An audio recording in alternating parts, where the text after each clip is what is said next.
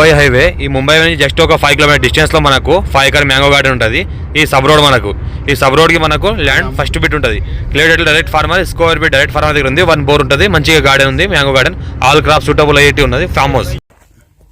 Golden real estate కి స్వాగతం. నేను మీ ఎండి కలీం.